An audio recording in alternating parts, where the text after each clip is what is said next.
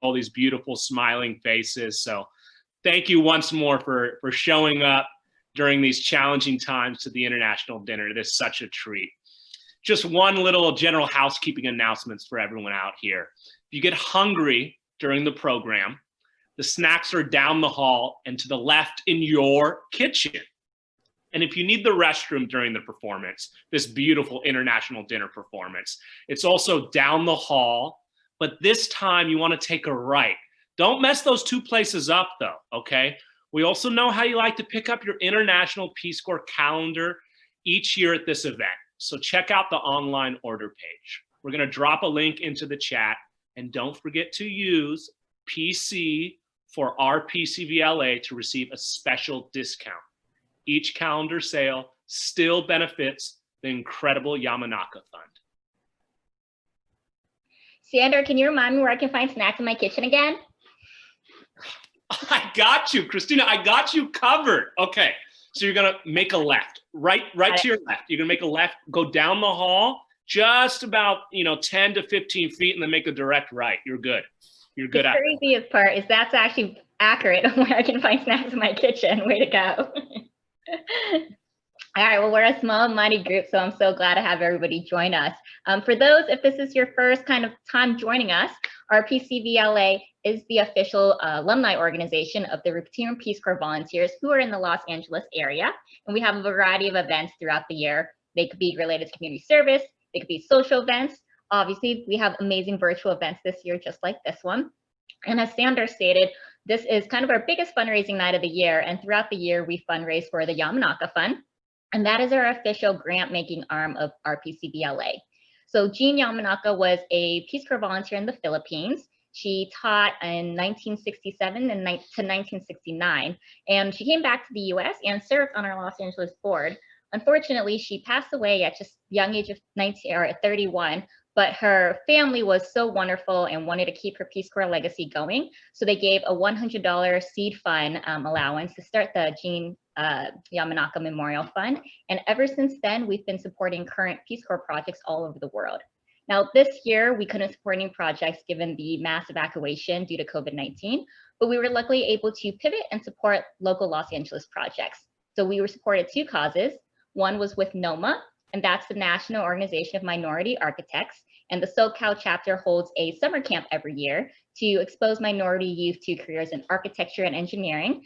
And the second cause was the small business donations that we provided to small businesses with Santa Monica Cares, the Long Beach Alliance, and Supermarket. And as a highlight, we have one of the 10 campers that we sponsored, Mateo, who will be speaking with us later on. And then also we will be honoring the founder of Supermarket, Olympia, and we have an exciting interview with her as well. And together collectively, through a matching gift campaign where members like you donated to the matching gift campaign, we matched $1 and we were able to collectively raise $2,650 for the causes this summer. So a big thank you to everyone that donated, and great job to everyone all around. And we're so glad to keep the Yamanaka Fund going. So applauses all around the world. Now, if you want to support the Yamanaka Fund, two opportunities. One is we have an amazing silent auction, and we're going to put the link in the chat. And we have some fantastic prizes. If you all remember William Hung from American Idol, he is donating a 30-minute public speaking session, just one-on-one with him, and he's also the newest author of Champion My Choice. We also have fantastic jewelry from Javita Jewelry. And obviously, there's going to be a lot to look forward to when the world is safe again. So you can bid on a wine tasting for 20 people from Total Wines, and also passes to the Long Beach Aquarium and the Broad as well. And for those that just want a simple pick me up, we have coffee from Grounds and Hounds. So lots of fantastic prizes that benefit a great cause. So you can go to the silent auction and bid on it. We'll keep it open through next week as well. So don't worry about going and rushing. There's plenty of time. And then also, if you just want to make a donation to the Yamanaka Fund, you can just go to rpcvla.org and just donate directly on our website. So I hope that you guys have a great evening, and I'm going to throw it over to my co-president, Tim. Salamat Sizdarba. So today we're going to start off with a little poll to get to know you all. I'd like to see that come in. All right, so if you just take the time If you could say first time attending the international dinner, where are you joining us from? What region did you serve? And what decade did you serve in?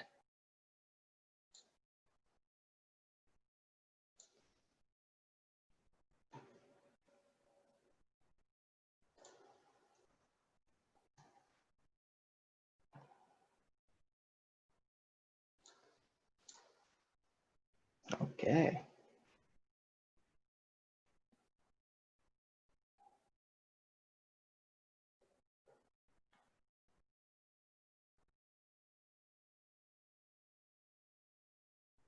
And we'll just give you a few more moments to complete that survey.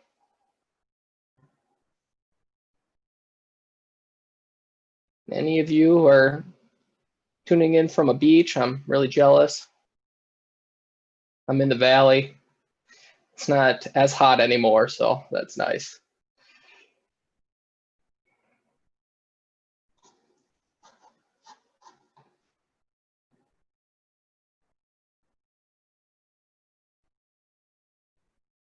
There we go. So most of you, it looks like you have been here before, so we're so thankful to have you back. This is also my first time being here. I'm glad that I could have joined you all today. Looks like pretty much everyone from the LA area. So, you know that.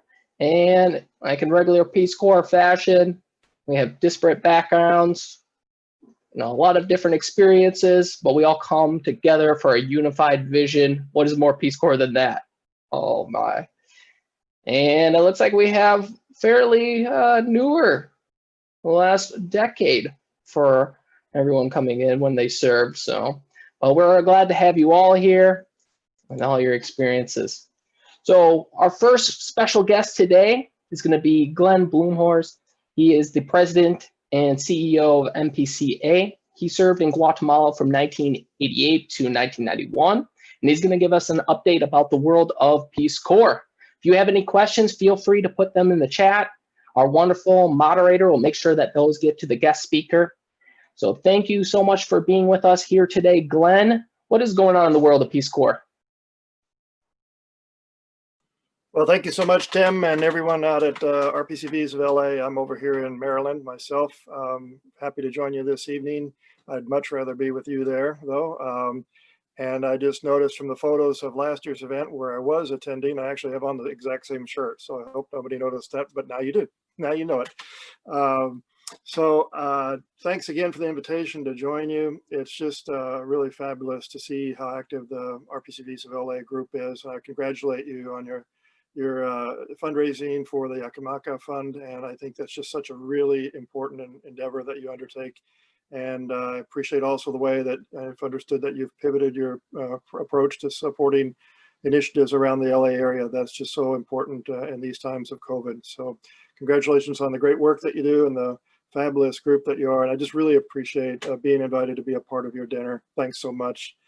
For anyone who may not be aware, National Peace Corps Association, I like to think of it as the Peace Corps Community's NGO. It's a social impact organization that's driven by the Peace Corps community. So in essence, I work for you. And I love the way you guys introduced yourself, as I served in Guatemala 1988 to 91. But now I serve you here in the Peace Corps community as president of the National Peace Corps Association. We exist to support and strengthen and provide resources to the affiliate groups, 180 of them that are affiliated with the national organization, and a community that by most counts is roughly now around 240,000 individuals that share the Peace Corps experience as volunteers. So a little bit of background about MPCA, just so you're aware of what we do. One is that we have three kind of strategic priorities. The first being about the Peace Corps itself. And this is really about helping Peace Corps be its best. And right now it really needs our support. As a community, our role here is to advocate on behalf of the Peace Corps, particularly in this moment when it's on hiatus, if you will, when the Peace Corps volunteers have been called home and there's none in the field at the morning. So we advocate for Peace Corps funding, and then we advocate for legislation related to the Peace Corps to help make the Peace Corps experience and the return Peace Corps volunteer experience better. The second kind of part of our strategy is focusing on our community. As I said earlier, really focusing on providing support and services and promoting the great things that the affiliate groups are doing around the country and around the world, quite frankly. 180 of them that we provide a variety of different services to, as well as the members that are individual in our community. Particularly right now, we're focusing on the evacuated Peace Corps volunteers and providing support to them. The third area of focus of our work is the first being on the Peace Corps itself, the second being on the community. The third is kind of global. It's about the world and making amplified effort of all of our work to have an impact on the global social issues that are most important to us. And we do that through a variety of ways as well, such as raising funds and investing them in the projects of returned Peace Corps volunteers, providing opportunities for RPCVs to go back overseas on short-term assignments and the like. But what I want to share a little bit about is kind of what's happened this year, particularly in the last 6 to 8 months. As you know, well, you probably know the last 3 or 4 years, the president has proposed budget cuts to the Peace Corps. It has a current budget of $410 million. Each year he has proposed cuts to the budget. And each year, by mobilizing and rallying the community to advocate on behalf of the Peace Corps, we've been able to sustain that funding. But funding at a flat level for 5 straight years now is not good for the Peace Corps. It hasn't enabled the Peace Corps to really strengthen the programs over the last several years and even keep up with inflation. And when the coronavirus hit and all the volunteers were brought home back in March, that created just a really difficult circumstance for the Peace Corps itself. I do want to say, though, I think Peace Corps made the right decision in bringing the volunteers home. We stood by the director during that time. We were in close contact. I was in close contact with her really on a daily basis, and providing a lot of feedback from the evacuees that we were getting to the Peace Corps leadership in terms of how they managed that evacuation process. But they did manage to bring them all home safe and sound. I think Peace Corps did a great job of doing that, and Jody in particular and the leadership at Peace Corps really deserve an applause for that. The collaboration with NPCA there was also fabulous, and I think with the affiliate groups as well around the country, as we met with this influx of volunteers coming home from all over the world, to really connect them with community. And because you are the community, if you are the place that they go to connect when they're coming back home and get encouragement and support and transition back into their life here in the U.S. So it's very important that they were able to first and foremost connect with their groups around the country. We also then launched a program called Global Reentry, and this program was designed to provide a comprehensive set of very intense transition services to returning volunteers that were evacuated, particularly related to their jobs and career interest or academic interest that were obviously in many cases unplanned, but they had to really adjust in changing their plans from what they'd originally thought. Many of them, had just a matter of hours before they had to leave their sites and were sent home.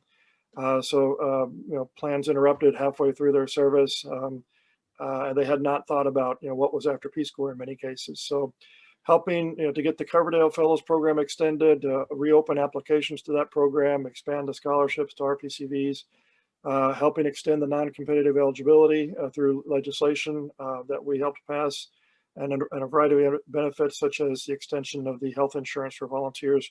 That's all part of the work that we did on behalf of the volunteers with Congress and with the Peace Corps, making sure that the evacuated volunteers were treated as best as possible, knowing that they're going to be the ambassadors for the future of the Peace Corps in particular. We also work to mobilize the community to advocate for supplemental funding for Peace Corps to cover the evacuation itself. So an $88 million supplemental funding was built into one of the relief packages that was passed by Congress, and that's great, and additional benefits that were built into other legislation that we worked on in support of the evacuated Peace Corps volunteers. And then finally, we worked to help Peace Corps volunteers who had to quit their Peace Corps Partnership Program projects and return the money back to Peace Corps and leave the country. They approached us and asked for support in actually continuing those projects. And through our community fund to date, we've made roughly around $50,000 in grants to the evacuated Peace Corps volunteers. I think it's around 15 of them now, and still more projects trickling in for them to be able to finish their secondary projects that they've been working on, like latrine construction and and small business projects and the like. But after this first jolt, I guess you would say, with the pandemic, soon after that came the national reckoning with racism. And it was very important, I think, as a community that we take a stand. So we did, standing up for those in our community who have been subject to racism, and making clear statements on our website and our newsletters about our position, and then reaching out and supporting our community, our Black community in particular, and making this issue of solidarity with the Black RPCVs in particular a priority of NPCA as well. So these two, I think, happenings during the year have really affected, I think, the course of the Peace Corps for the future. We believe that Peace Corps will emerge better and stronger through this period, but it's only going to do so by community involvement. It's going to take an extraordinary effort by the returned Peace Corps volunteer community to advocate on behalf of the Peace Corps to ensure that it has sustained funding for the future, to ensure that it makes the improvements that it needs to make, in particular in its programming, but also in its diversity, equity, and inclusion activities. Peace Corps really does have to bring about some dramatic changes before it sends volunteers back to the field. And we want the community to help drive that and make it happen at the Peace Corps. So there are a lot of things also that NPCA and affiliate groups, I believe, need to reflect on, and how we become better organizations, more inclusive, more welcoming to our community, and in particular to the Black RPCVs and other RPCVs of color. I think this is just a really important time for all of us to reflect on how we can become a better community and really serve society better in that way. Lots of things to look forward to. I know Jeffrey Janis here coming up is going to talk a little bit about the future of the Peace Corps and plans for redeployment of volunteers.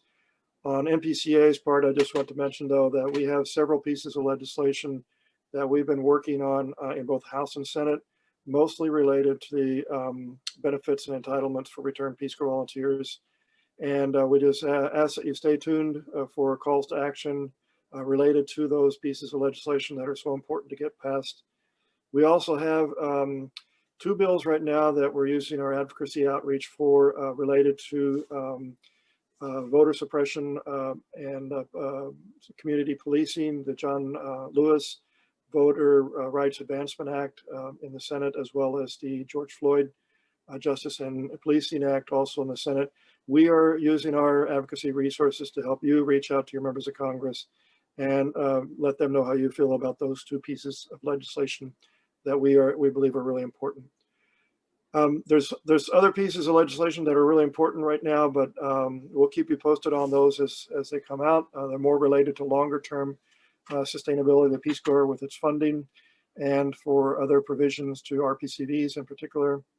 But because it's so important right now that we are all rallying behind the Peace Corps, I just ask that you be signed up to get my newsletter and paying attention when we send a call to action. It really is important that everyone in our community respond by clicking to send a message to your member of Congress at the time that we ask you to, or if you can, setting up a meeting at the district level out there to have those meetings as well. So looking forward to what the rest of the year holds. We do plan to celebrate the 60th anniversary next year. We do hope to have Peace Corps Connect, the annual conference here in Washington, D.C. That would be in July 30th and 31st. It may very well become a virtual event, however, we'll have to see. But at the moment, we're planning to hopefully have a physical gathering on the campus of Howard University, July 30th and 31st. So hope to see some of you there, and hope to get back out to Southern California sometime and see you out there. I really appreciate being invited to be a part of your event. Happy to answer any of the questions that came up there in the chat bar. But I think what I'll do is pass it over to Jeffrey so he can talk a little bit about Peace Corps' plans for the future. And then Jeffrey and I can both answer questions jointly. So really pleased to know that Jeffrey Janis, one of your members out there and good friend of mine, is now a member of the board of directors of NPCA. Just really delighted that he has stepped up to take this leadership role on with us, and just very delighted to introduce him as a fellow board member and colleague here at National Peace Corps Association. So Jeremy, will you take it from here? Or excuse me, Jeffrey, take it from here. Thank you so much, Glenn, and thank you for the introduction. I just also want to point out, make sure people know that membership to the National Peace Corps Association is free. So I encourage you all to join the NPCA and have a free membership. And I also encourage you to look for the Worldview magazine. The most recent magazine really is dealing with all the evacuated volunteers, and it's an incredible magazine. So I'm assuming Glenn maybe will put that information in the chat box, or I can do it after I'm done. So a quick introduction. I'm Jeffrey Janis. I am a returned Peace Corps volunteer. I served in Ukraine from 2004 to 2006. I currently work at UCLA as the UCLA Peace Corps campus recruiter. So I want to make sure also, this call is being recorded, so I want to make sure people understand. I do not work for the Peace Corps. I work for UCLA. There are 32 campus recruiters throughout the country, and all of us work for that actual university. Basically, the university writes a grant, or it's really an MOU, but they write basically a grant, and Peace Corps funds the position, but I work for UCLA. So everything I'm saying is more my role as a campus recruiter at UCLA. A couple things, as Glenn mentioned. So there were about 7,300 volunteers who were all evacuated from more than 60 countries. And it happened very quickly, and it was very traumatic for a lot of the people. And one of the things that I going to say is, think about what had happened for us here. All of a sudden you were at work, and all of a sudden they said, okay, we'll plan on going home maybe a couple of days, and you'll be gone for maybe a week or two. That was the same thing for the volunteers. It was very traumatic for them. It was very quick. They basically had sometimes an hour or two, typically no more than a day or two, to pack up everything and just leave. The good news is that every country that Peace Corps was in, every country said they want us to come back. So they want Peace Corps to come back, which is great. The other thing that Glenn did mention, I want to point out, is that the budget was approved again for this year. And I like to say to people, that was a $410 million budget. And think about the impact that Peace Corps has, that the government approved a budget for an organization that doesn't have volunteers out in the field. That's pretty phenomenal. Most of the staff in all the countries, they're still there. A lot of the staff, they're doing everything from either closing out the grants or they're still looking for new programs, but the staff is still working in all of those countries. So that's something to be important to know. The application process has changed. So for those of you who, when you were served, in the very early parts of Peace Corps, you simply applied and you went wherever they sent you. About 5 or 6 years ago, they changed the rule. You could apply to a specific country and a specific job in a specific sector. They now have changed it, they brought it back a little bit. You now actually are applying to a general region and a general sector. So you'd say, I want to do education in Eastern Europe, or I want to do youth development in Africa. So they have changed that. They are still taking applications. They are doing some interviews. What they're not doing is giving anyone an invitation to actually serve. And the main reason they're not really doing that is, once you are given an application to serve, you then have to get all your medical records in. And the medical records are only good for 12 months. So for argument's sake, if someone was given an invitation to serve and they were told, okay, the invitation to serve, first, they don't know what countries they're going to serve in, because they don't know which countries are going to be opening.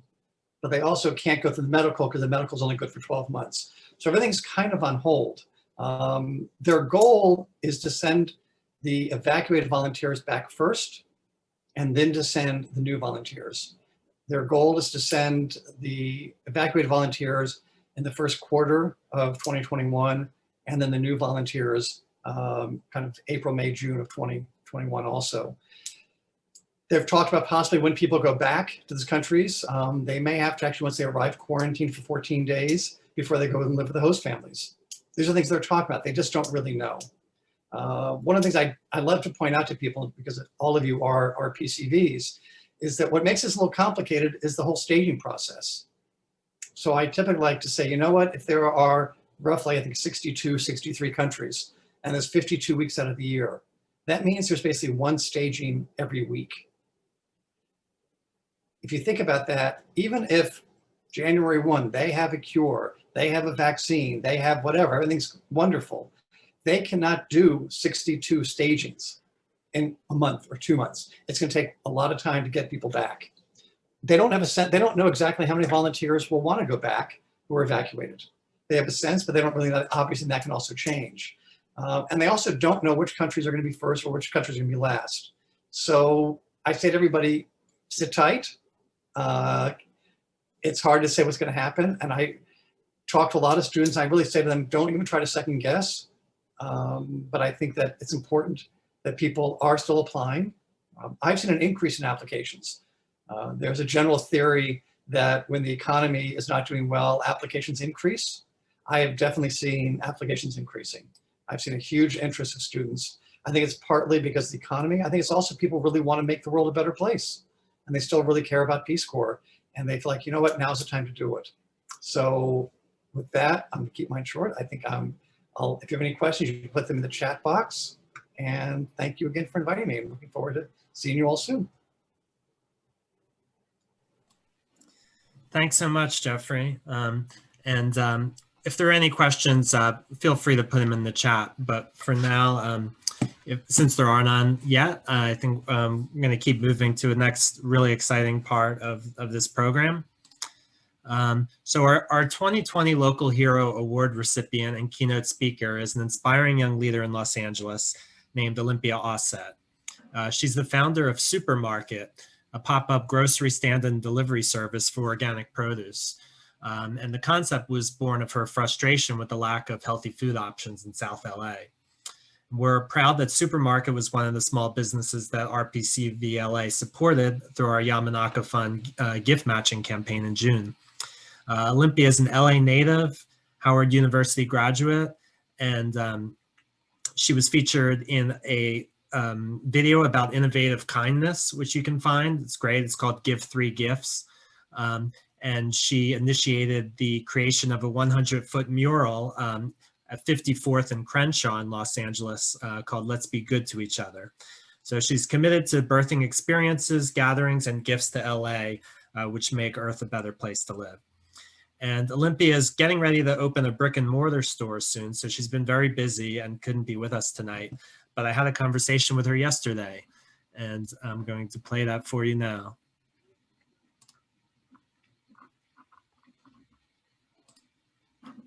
One moment.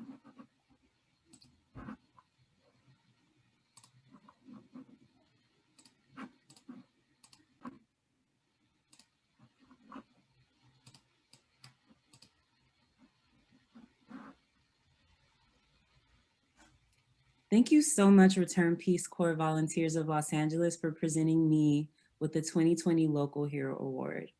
Having grown up in Los Angeles and having been committed to community work for so many years, it's truly an honor to be recognized by this organization for our work. I founded Supermarket 4 years ago because it was really difficult for me to get fresh food where I lived, and I would spend hours on the bus trying to get organic food. It was really difficult to eat well. I became aware that if I didn't do something now, that the health conditions and the statistics that I had been taught about growing up will become the reality of my close friends. And I was already starting to experience people passing away that were close to me. So Supermarket was really founded out of necessity, and nothing that we've done until now could have been accomplished without the support of a really strong volunteer team. To date, we've provided over 70,000 pounds of organic produce across Los Angeles to people in need at really affordable prices, and all of this has been driven by the work of volunteers. So to be honored by Peace Corps with this award, again, really means the world to us. Our next step is to make sure that we can serve up to 1,000 people a week in Los Angeles and to really start to take a big bite out of food apartheid. We recently purchased and got the keys to the location that was formerly known as Mr. Wisdom's, and there we plan to establish South Central's first ever full service organic grocery store. For those of you who don't know, South Central has 1.3 million residents and only 60 grocery stores, and none of those are organic health food stores. Living in South Central makes you 2 or 3 times as likely to die from a preventable disease such as heart disease or diabetes. It's really a slow form of genocide that neighborhoods such as ours across Los Angeles lack access to healthy food, and this is the work that we're doing to reverse this condition, and we hope you all will join us in making food apartheid a thing of the past by the year 2040. Thanks again so much for this honor. I really appreciate it. Thank you, Olympia. It's really an honor for RPCVLA to present you with this award because you really embody the spirit of service and community empowerment. And yeah, I just wanted to maybe ask you a couple questions. Sure, sounds good. Do you find in the work you do with supermarket, are you mostly providing a kind of service and product that people have been looking for? Or do you also find yourself like trying to educate and spread awareness that people need to, be eating healthier and things like that? It's a combination of both. So the communities that we serve for decades have been without access to fresh food. And there are so many people in these communities that for years have been traveling outside of their neighborhood, divesting the neighborhood of much needed income just to go get good food. So when we first started, there were so many people just saying, thank you, thank you, thank you.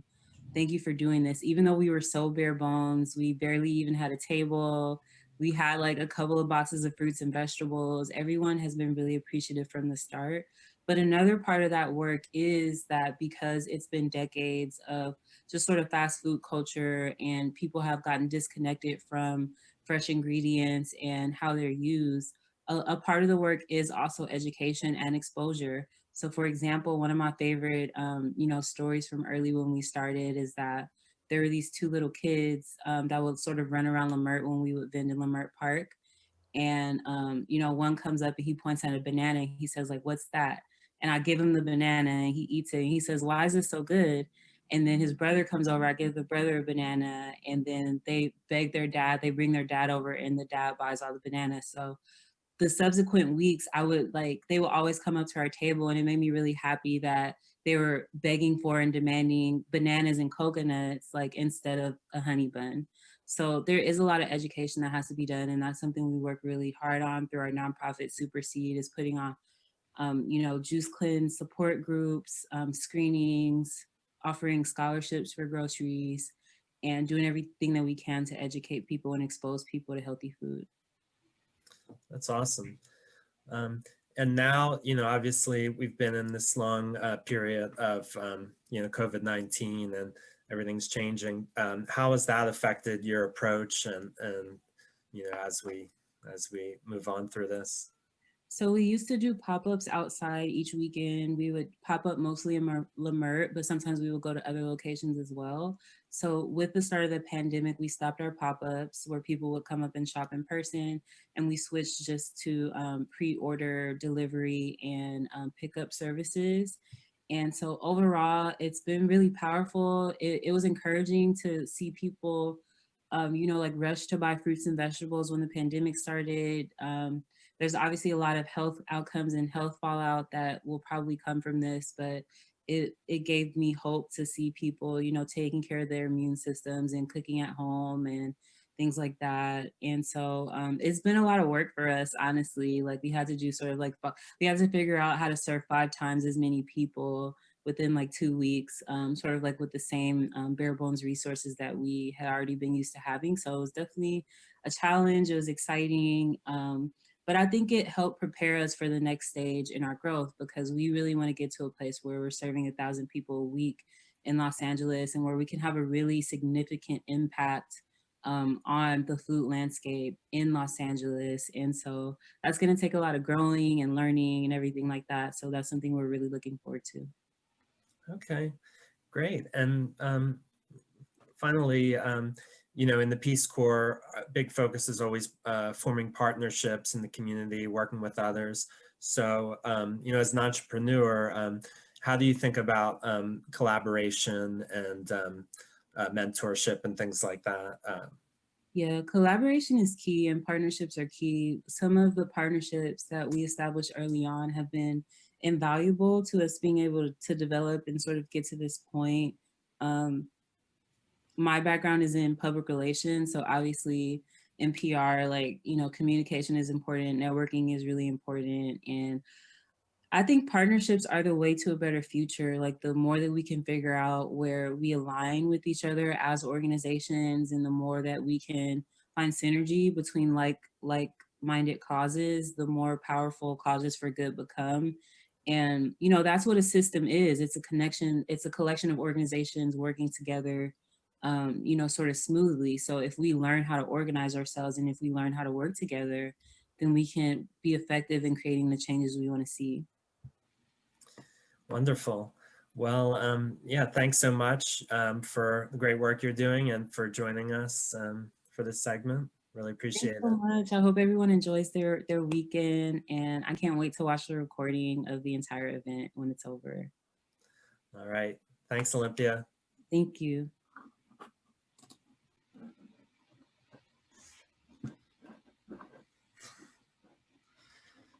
Okay. All right. Next part of our event here is an update on the Yamanaka Fund.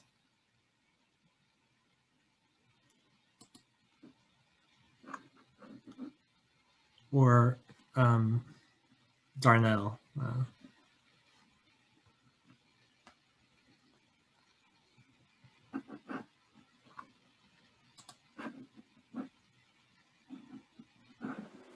So, is Christina want to go, or you want me to go? Let's have you go ahead and talk about with Mateo about what we've worked on with the Yamanaka Fund. Awesome, because I was just thinking. Okay. Anyway, good evening, ladies and gentlemen. My name is Darnell Parker II. As your co-membership director, I would like to personally thank those who have participated in the 2020 annual membership survey. And if you didn't, I hope you consider participating next year. It is so important so we can learn how to better serve you as a member of this great organization. Now, I have the honor to introduce a distinguished guest, Mateo DeLeon, a camper from the Summer Architecture and Engineer Camp put on by SoCal NOMA, National Organization of Minority Architects. We as an organization, Peace Corps, decided to sponsor SoCal NOMA in their initiatives to put on a virtual summer camp despite the pandemic by donating $1,000. Members, we, the board, would like to thank you for all your donations because it allowed us to continue to support other organizations. As I digress, to have a brief conversation with Mateo, sharing what he gained from this past summer experience. But first, Mateo is going to introduce himself. Mateo? Hello, my name is Mateo DeLeon, and I'm a first-year architecture student at Woodbury University. So, Mateo, what did you learn this past summer at the SoCal NOMA virtual summer camp? What I learned at the camp are important architectural concepts like sustainability, gentrification, green buildings, and 3D modeling softwares like SketchUp.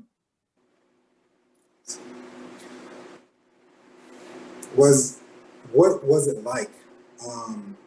Was the camp very inspiring?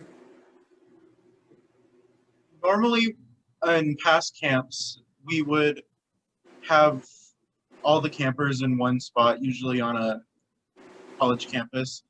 But this year it was different because of the pandemic, so everyone was at home. But we were able to get a good experience through it virtually because NOMA provided goods for us to use at home, and we were able to stay connected through Zoom, and it was more personal this year. I bet. So, what are your goals for the future now that you have experienced SoCal NOMA virtual summer camp?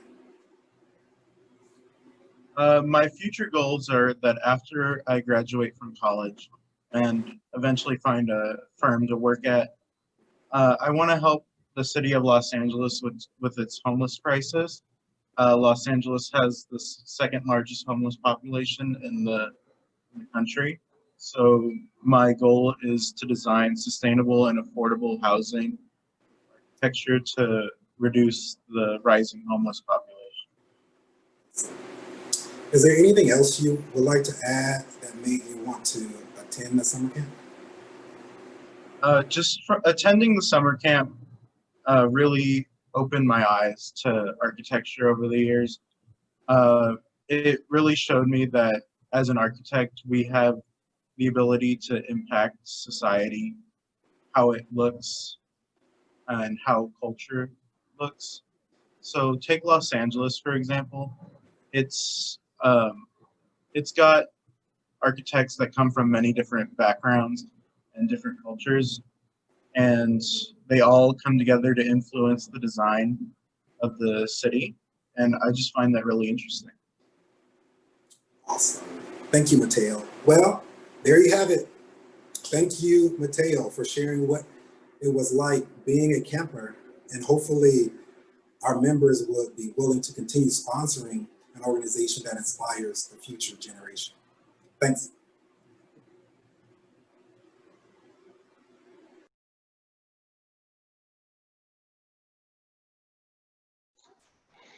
All right. Thank you so much, Darnell and Mateo, for that inspirational, conversation. It definitely makes me feel good about the future and what everyone's doing in the community, really just to help everyone else learn and just doing our part, I think, as Peace Corps volunteers to continue that service that, that brought us to the Peace Corps in the first place. Before we wrap up, I just wanted to do a little announcement for upcoming events. So our next happy hour / game night is going to be Friday, November the 13th. If you have not come yet, please do. We always have a great time. We play some games, share some stories, maybe have a couple drinks, but whatever you prefer, you can come in. If you have any ideas for games, we love to have new ideas as well. We also have a holiday party planned. It's like for Saturday, December the 5th. So get ready, get in the holiday spirit. I know everyone's probably already seen Christmas, Thanksgiving things. October, isn't even done yet. Halloween's not even done yet, but hopefully they'll get in the holiday spirit and we'll be able to make that a great event as well, just like tonight. And then in February, if you've been thinking about being part of the board, even a member at large, we're going to have our elections next year. So we want to continue to have a strong organization. We'd love to have your participation. So if that's something you're interested in, or even if you have any questions, feel free to ask us. We'd love to, just tell you a little bit more about that. And then, as always, there's also the Peace Corps, the MPCA webinars and events always listed on the calendar. We try to keep you updated. If you have any ideas as well for events that you would like to see, feel free to let us know and we'll help put that on, or we'll, just put that together. And I think that's pretty much it. We're going over to Sandor now. Thank you so much for your time. Listen, I just want to echo off Tim. Thank you, Tim, for that incredible announcement, and thank you for just having such wonderful people here tonight. I know this was a hot ticket on town, and all the millions of people around the world that tried to tune in. We did limit it. And we did allow, an amazing vice presidential candidate in the building today. You can see Vice President Harris right down there. So that's a real special treat that we got going on today. And just to see so many beautiful faces, so much positive energy. Look at the spirit of collaboration in the Peace Corps. It's still alive. It's still alive right here in Los Angeles, and people that are even tuning in from the East Coast. So it's truly incredible. And just to see this community every single year put something like this on, and the events that we do every year, to see just Such wonderful people. Gives me hope. It inspires me. It picks me up in the morning. It gets me going in the evening. I'm just so absolutely thrilled to see such wonderful folks out here. So thank you for again attending this amazing international dinner. We were just so absolutely thrilled. Oh gosh, not the applause, you guys. Now you're gonna make my heart just get even a little bit bigger right now. Don't make that go. Okay, we got a little shaking hands in the air. We're bringing up the energy, y'all. I feel this energy. Woo! It is a good Saturday night fever indeed. Okay, so I have a little bit of an announcement. We got the winners of the $25 gift card to announce, folks. Yes, can I get a muted drum roll from everybody out there? Do I say, I see it, I see it. Ladies and gentlemen, we got Nancy Morning and our very own Holden, 25 buckaroos. Woo, yes. Love it, love it, love it. Coming your way, my friends. Other thing, we got the auction still going on for another week. We got another, you can bid. You can bid on some stuff for a whole nother week. That's pretty special. We did it just for you during these COVID times. We make some exceptions to the general rules. We got another week, y'all. So get on there, make a bid, see what you like, and it closes next week. But for now, we're gonna take a brief kind of 10 to 15 minute break, take a little bit of a pause. We'd love to see you back in for the social hour in the next 10 to 15 minutes. But thanks again so much. Just an incredible group and so thrilled to see you all out here.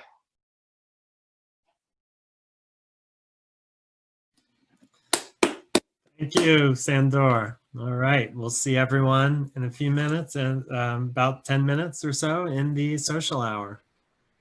And big thank you to our VP Holden Tsai, who took lead in putting this all together. What a wonderful thing you did for us. Thank you, Holden. Thank you, and thanks everyone.